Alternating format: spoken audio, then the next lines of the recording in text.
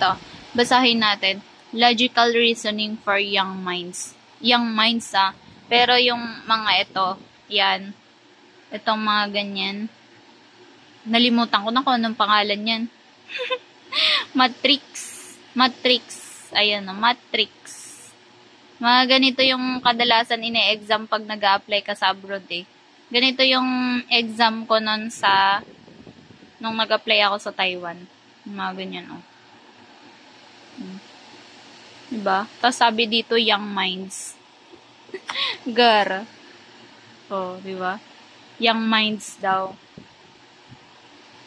Pero, yun mo naman, yung exam ng adult, matrix. Logical. Image analysis. Momo. Image analysis. Parang, kung ano yung susunod na magiging shape. Parang ganon.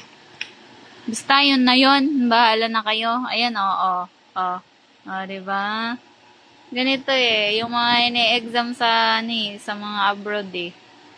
Nag-exam ako nung pupunta sana akong Taiwan. Ganyan yung mga exam. Tips na sa mga gusto mag-apply abroad.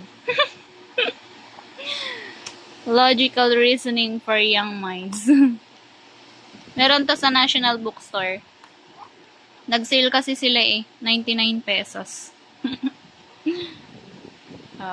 Diba? Young minds daw. Ilang taon na ako. Diyos me.